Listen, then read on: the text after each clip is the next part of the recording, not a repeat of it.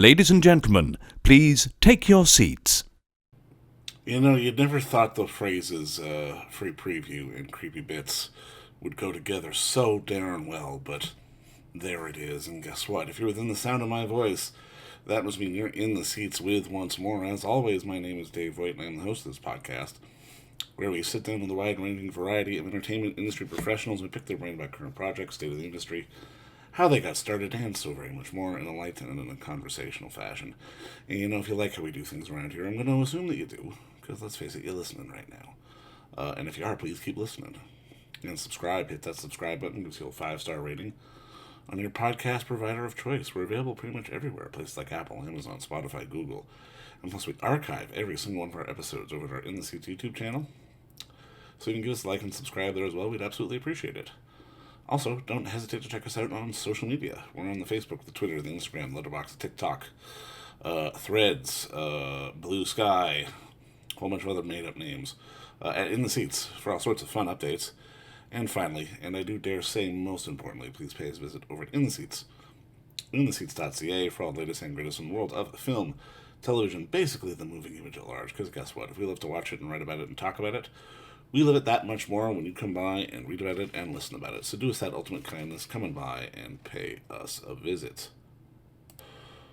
Well, you know, in case you were living under a rock and you didn't already know, our friends at Hollywood Suite are having their annual free preview available on your favorite cable provider or available via the Prime channels from December 1st through January 5th with all sorts of amazing stuff.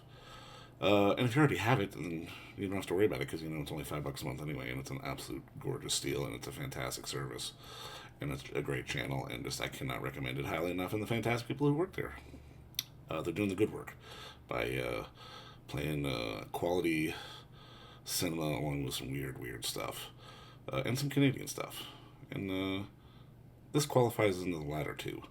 It had its debut over at the Blood and Snow Festival.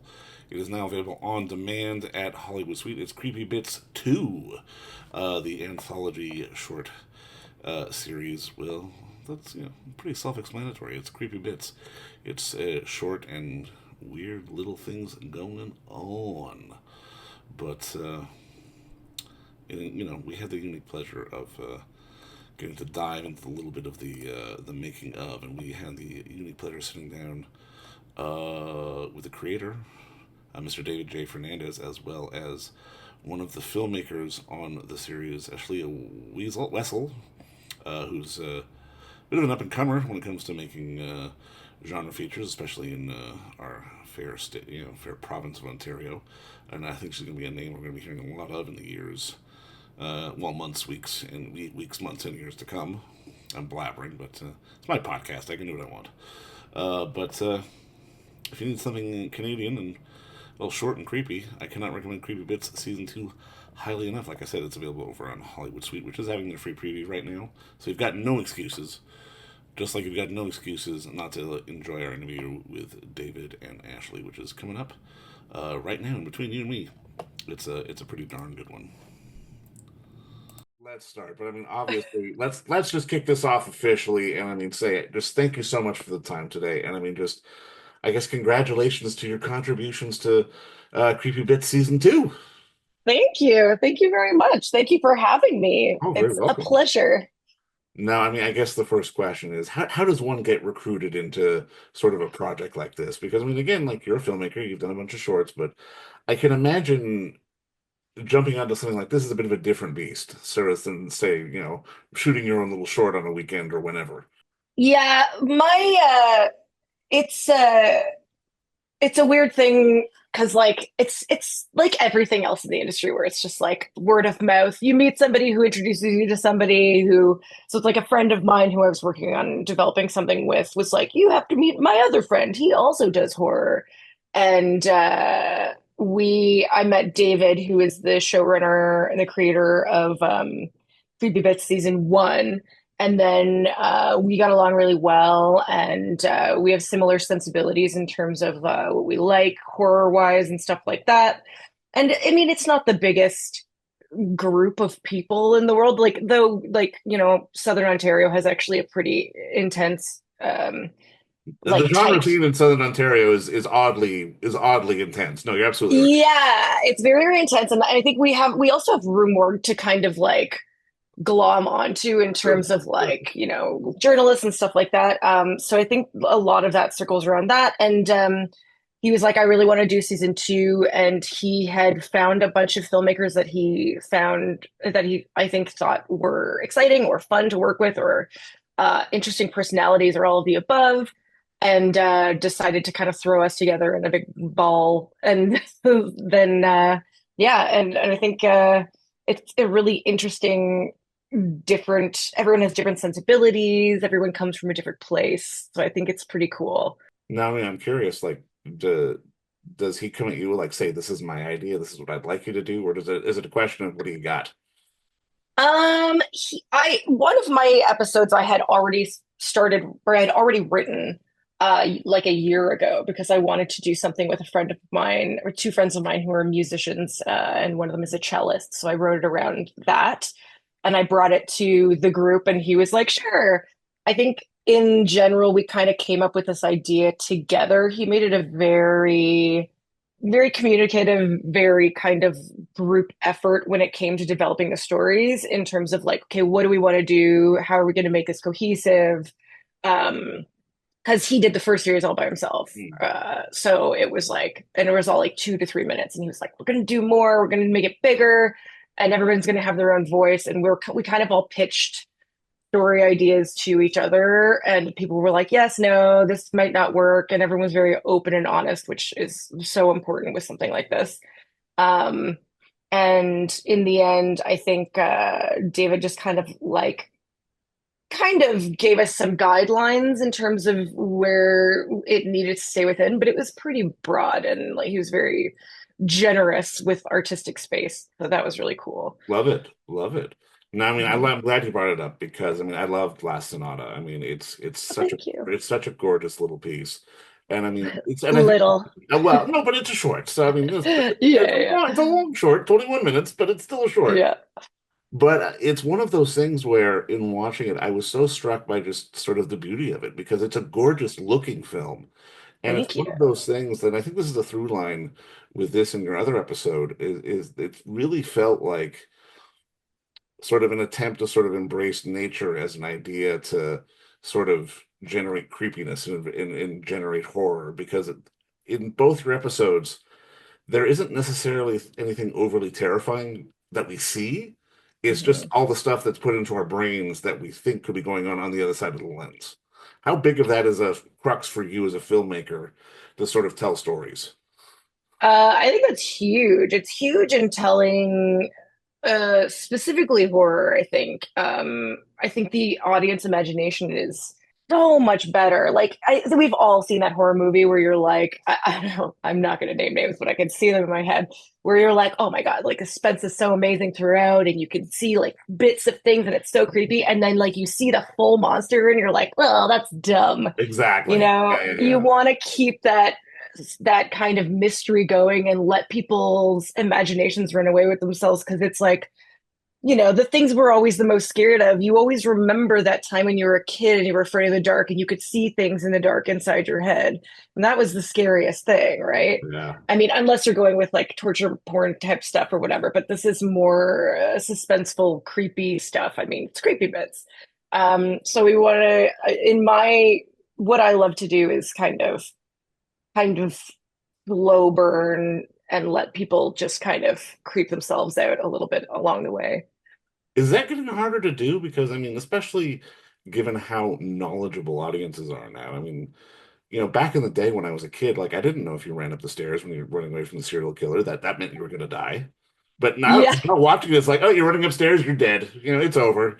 Yeah, I think part of it is, and it's funny because this is actually, I've gone towards a little bit more traditional, playing with traditional horror tropes in these episodes more than I ever have in any of my other films. Um, I think mostly, especially in that last sonata, it was more, I wanted to play to those horror tropes just because the final kind of villain isn't that traditional kind of horror trope, and it's more of a esoteric like all-encompassing story, but I wanted to point us in the direction of that. And so I kind of was hoping that the audience would kind of Yeah. go there in their heads and see something else that wasn't actually going to come to fruition. If that makes any sense. No, it does because it kind of dovetails into my next question too, because horror has always been a genre that allows for creative freedom. Sort of, there aren't necessarily any rules. Like if you're working in Mm, a rom-com or a straight drama or an action movie or whatever, there are certain beats along the way that most people will generally hit. Whereas in mhm. horror, you don't have to hit any of them if you don't want to. Yeah, and it's funny because like a lot of like sales and distro people are always looking for those beats. Right. But when you look at like an A24 horror, every single one of them is has something completely different that steps outside of that. And that I think, I mean, you know how it is. They say like when you're learning to screenwrite or whatever, like you learn everything, you learn all the beats, you learn all the rules, so you know how to break them. And that's when you're going to make something great. And I think that applies so much to horror because there's so many different kinds of horror and so many different kinds of fear and terror and so many different things that like there's body horror and there's thriller and like there's gore and then there's just psychological horror. And I think you can use all of these different elements in different ways and you don't have to have that kill in the first 5 minutes and you don't have to have all these things.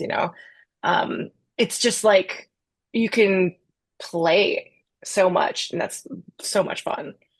Now, I'm curious, and correct me if I'm wrong, because IMDb is my source here. So if I'm wrong, I'm wrong. But you're in post on your first feature right now, right? Yes, yes, yes. Now I'm And I curious. I have mean, been for don't a give me while. quick away on the feature, because I mean, obviously, you want to keep things under wraps and keep everyone surprised. But I'm always kind of curious because whenever people make the jump from shorts to feature, there's always one thing they're like, "Wow, shit! I wish I knew that before I started working on the feature." For Oh you, what man. was sort of the big thing to be like, "God damn it! I wish I knew that before." Um, this is kind of a funny example because I was basically a director for hire on this, which is an interesting thing. Because like I'm like I'm pushing to make my own stuff, and then somebody's like, "But we have this, and it's gonna get made," and I was like, "Oh, count me in."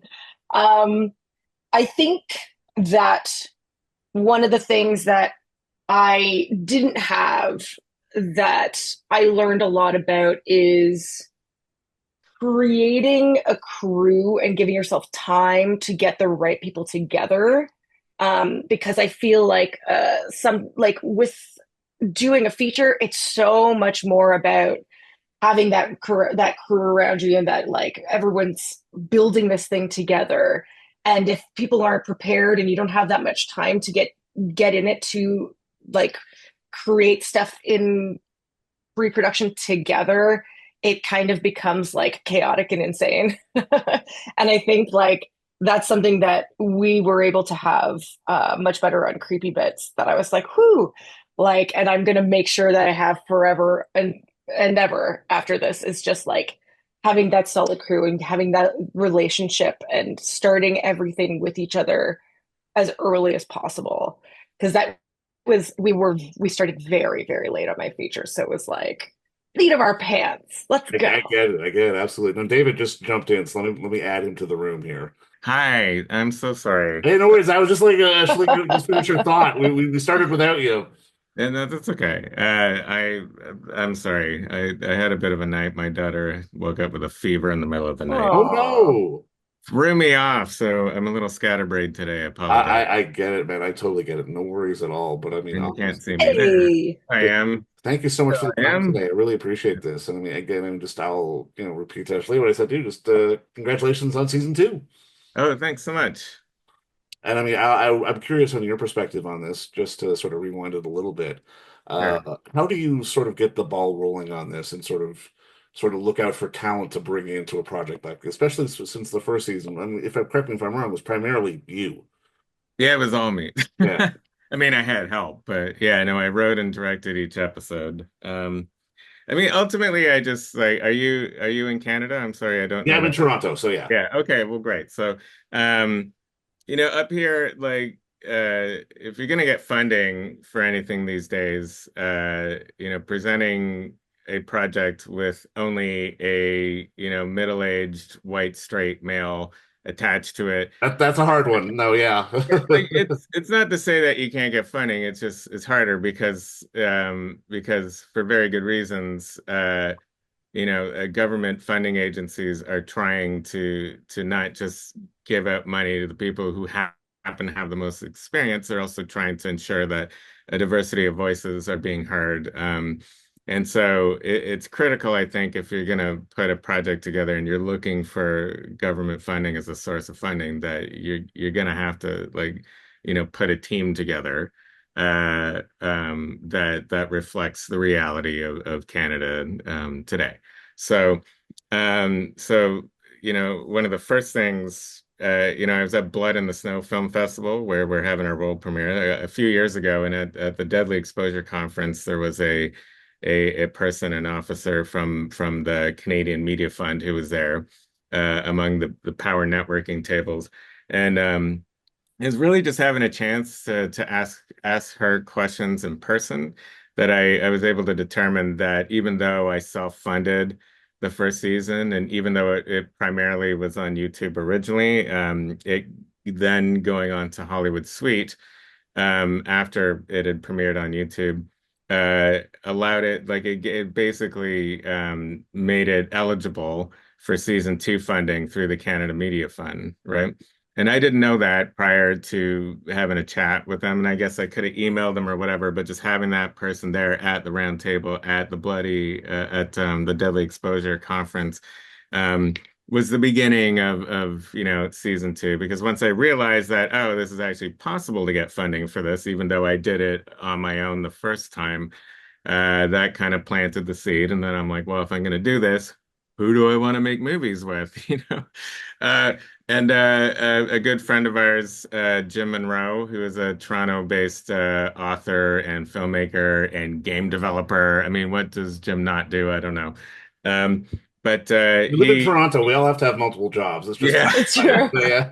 Yeah, Jim's a friend of Ashley and mine and has been quite prolific over the years. I've helped out with different indie filmmaking projects that he's done in the past. He kind of had a lo-fi sci-fi thing going for a while where, we're trying to make sci-fi films with basically nothing, just like some grit and passion. And so Jim was like, "Hey, my friend Ashley is moving to Hamilton. You should meet her. She's a horror filmmaker too. I think you guys will click." And so we all met on my porch one summer a couple of years ago, and Ashley and I really hit it off. And then Jim went home, and we stayed up till like 3 in the morning getting drunk. So, and it kind of just spitballed from there. I think I had met Sid Zamforlan because he moved from Montreal to Hamilton and reached out to me and was like, "Hey, I make horror movies. You make horror movies. Let's make some horror movies." And then I had met Cashley by working on The Last Video Store.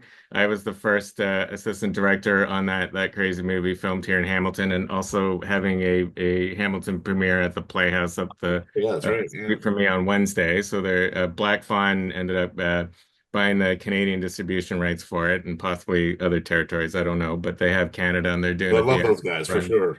Yeah, so I met Kelly on that show. We had a COVID shutdown because it was still during COVID, and the director and the lead got COVID, and so we had to shut the set down. And someone who was working in the art department couldn't come back, and then Kelly ended up being the replacement. So then I met Kelly Powley that way, and I met Adrian Bob just through Blood in the Snow, and having seen some of his shorts in the past. So I reached out to them. They all were interested in trying to put another season together. And then my friends at LaRue Entertainment, I had worked with them in the past, assistant directing a comedy series that they have on Crave called The Dessert. Um, and so I knew those folks really well, and I said, "Hey, I got this thing. I want to do another season. What do you think?" They loved the first season, and they were willing to be the producers of record for the purposes of like going after funding and stuff. And that's kind of how the team came together there. But I mean, I didn't think that I would get funding if I tried to do it by myself, is ultimately why this became what it did. And I think I'm right in that regard. And I think, frankly, the stories are better and the whole project is kind of better and higher profile through working with other like-minded people, like both like the folks at LaRue who helped us actually get the money. Because again, those funding bodies, like it's not just like the strength of your project, it's also like who's involved with this. And if they don't recognize any of the names, it's just harder, right? For sure, yeah. And LaRue had a great track record of making quality, award-winning web series and digital series. They seemed like a great fit for this, and in fact they were. So because we ended up getting the money. So No, I mean, I'm curious for you, like, how do you manage to, because on one end, obviously, you're going to want to keep a certain degree of a creative through line and keep everyone kind of on the same page, but at the same time, you want to let filmmakers like Ashley cook. How do you sort of walk that line between the two? how do I walk the line? Well, as sort of as a I mean, sensitive creator, showrunner, as it were. yeah, I mean, I think in this regard, like often, a showrunner is Yeah. like the head writer and writes the whole thing, or at least oversees it and kind of runs the writing room and that kind of thing. This was different. This was more like, hey, we're all like interested in making quality horror shorts together. And so I think it was a much more collaborative approach. So like it wasn't my intention to like tell Ashley how to write or how to direct, like the intention was more like how do I best support your vision through, bringing a team together that like it was the same crew for every episode, right? Like we block shot the whole thing in 15 days. Um, so the question is like, how do we pool our resources together most effectively, so that everybody is getting, the maximum benefit out of this arrangement? And I think in some regards that worked super well, and in other regards, like other regards, I kind of wished that there was a little more oversight from the top that could have maybe made things a little bit tighter together. But Ashley was also very much involved in helping us figure out how to tie these stories together because they are different, Mm. but they have a lot of themes that I think are very common among them. And we've also written and filmed a whole bunch of extra stuff that's actually not in this version of it, right? So like this version of it right now is what we're calling the digital series version. So these are standalone episodes that are currently on television, and the premiere that we're doing at Bits is this version of it. But we also have written introductions to each of the episodes using a character from the first episode named Leslie, who comes back to be the horror host for the rest of the episodes. And Leslie is played by John Phillips, who is a Ghanaian Canadian. So he's got a thick accent. Mm. And we wrote, Ashley, in fact, wrote all the intros as these kind of old-timey ballads, sort of in a Rudyard Kipling or Robert sorry Robert what am I'm sorry, I'm having a brain fart here. I have the book right here. Robert A. Service, Canadian kind of Yukon Gold Rush era poet. So each of the episodes will be introduced by John Phillips playing Leslie, but speaking in this ballad style, playing up on the whole Canadian wilderness kind of theme and this kind of subverting this sort of mythology that we have in this country about the wilderness and it being this sort of beautiful and brave place. And we're like, well, actually, it's kind of terrifying, and let's just be honest about that. So that is going into a feature version that we're gonna make. So what's different will be that there's going to be like these minute and a half intros to every episode with this character, and that hasn't been done yet, and we're packaging this as a feature as well. And hoping to have a separate festival run with it as an anthology feature with the connective tissue being this character who comes back from the first episode and Love then it. introduces Love it. Can't one. wait. Yeah. Now, I Yeah. mean, I'm And curious. that was actually his brainchild. So, like it and It was your brainchild. I yeah. just helped. All right. Well, it was a collaborative thing. But I She mean, wrote all the intros and we this filmed them leads into together something with that I want to basically ask nothing. both your I want both your perspectives on because Sure. like especially in years past, shorts had either been used as sort of like proof of concept for something else or just sort of creative advertisement as they're on the circuit to sort of go get a job somewhere else and do this, that, or the other, get their own bigger projects off the ground. But now, with the streamer boom, with places like Hollywood Suites, with web series, and sort of the options available to turn, like you said, sort of the series of shorts into an anthology that you can now market as a feature, it feels like the short film business has evolved into something that isn't necessarily, I mean, I don't want to say everyone's getting rich, but it's not necessarily the money pit that people thought it was back in the day.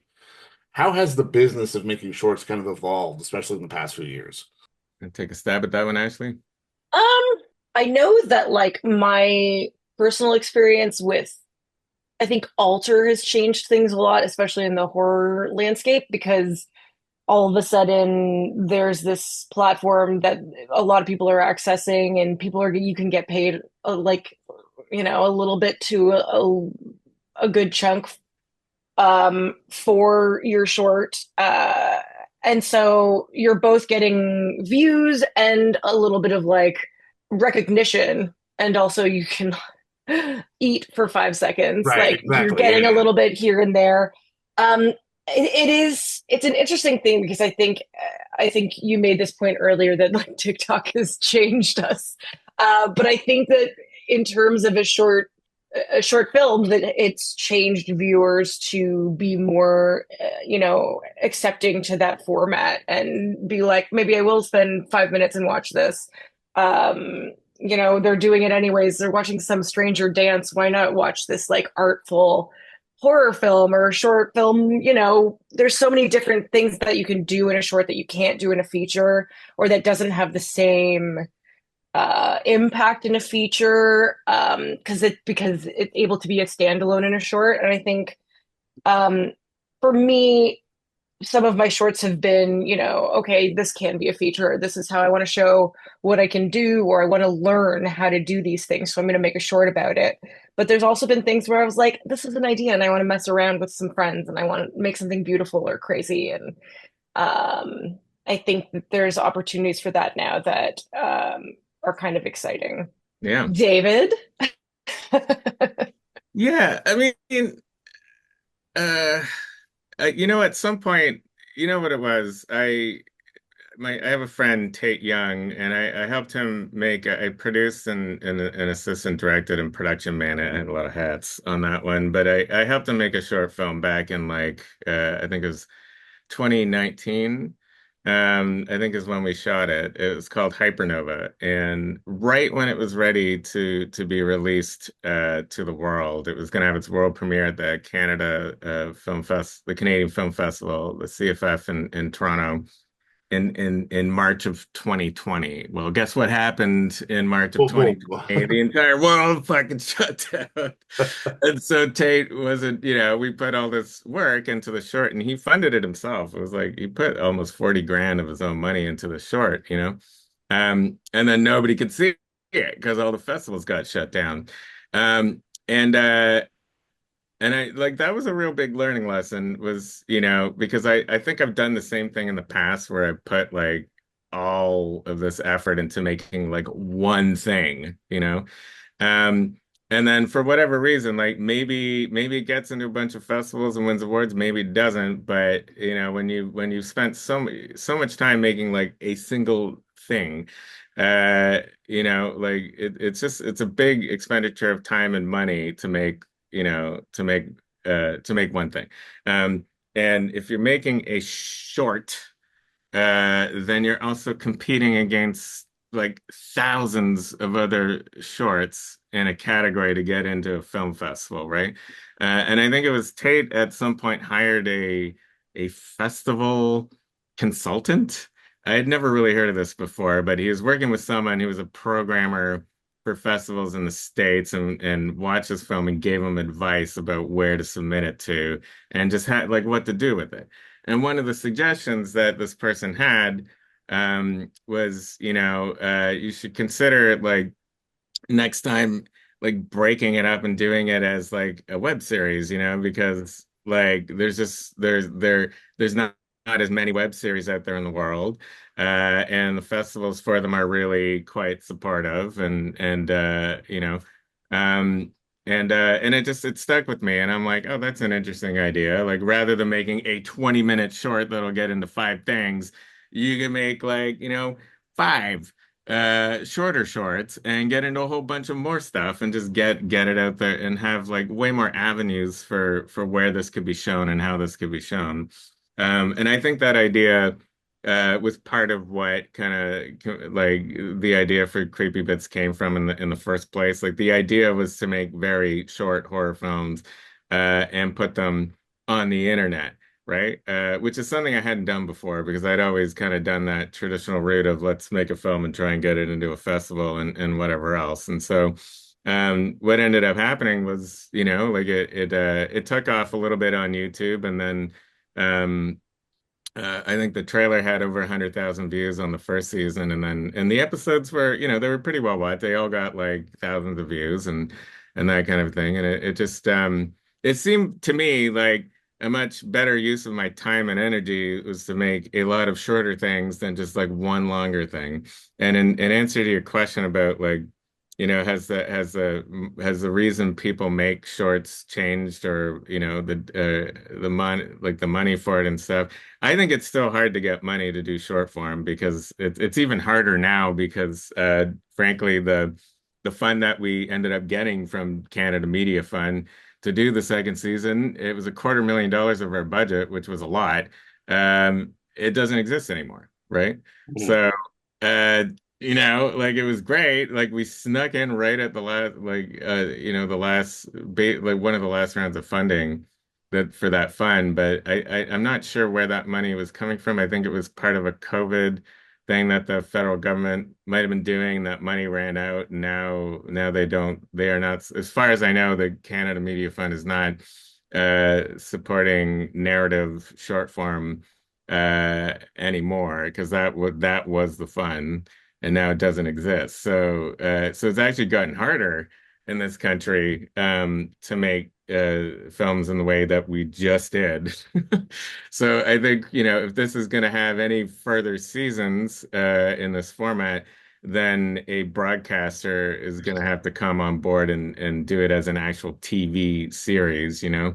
And I don't know what the definition of a TV series is versus a digital series, you know, because what we I don't did, think the broadcasters do at this stage, to be honest. yeah, So I think it really just has to do with length of episodes yeah, and the amount of money that's committed to it. So, you know, being the only difference left because you know, it is not a web series because it's no longer just going straight to YouTube for free. yeah. To get that money from CMF, it had to be behind a broadcaster paywall of some sort because the purpose of the Canada Media Fund is to help support broadcast like and streaming television, right? Like television networks, right? Is where CMF is oriented towards. It's not YouTube, right?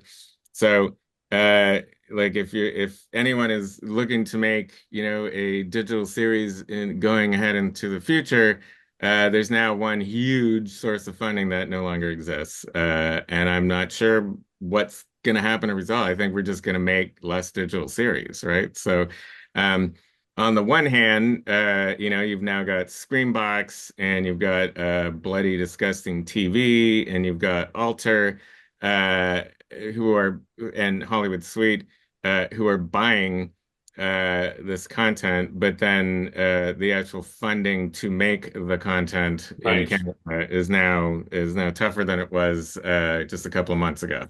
So And I mean, there you it's so unfortunate because I mean, at least for me as a fan of film, and I mean, I know I'm probably in the minority when I say this when it comes to most people, but I mean, I give something like Ashley's Last Sonata just as much value as I would a feature.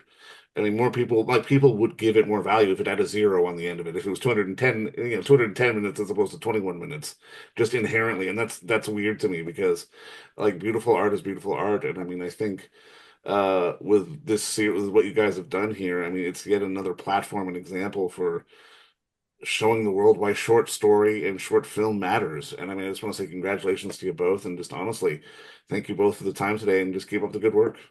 Yeah, yeah, you're Oh, welcome. Absolutely. thanks so much. You're very Yeah, and welcome. I'm sorry it glad was you. late. No worries. No, hey, and don't forget to visit our friends over at Bay Street Video for all your DVD, Blu-ray rental, or purchasing needs this summer, as they are still open for curbside and some mailing delivery as well. Over at 1172 Bay Street, Toronto, Ontario, Canada, you can give them a call at 416-964-9088. That's 416-964-9088. Or send them an email at baystreetvideoto@gmail.com for any of your DVD and Blu-ray needs.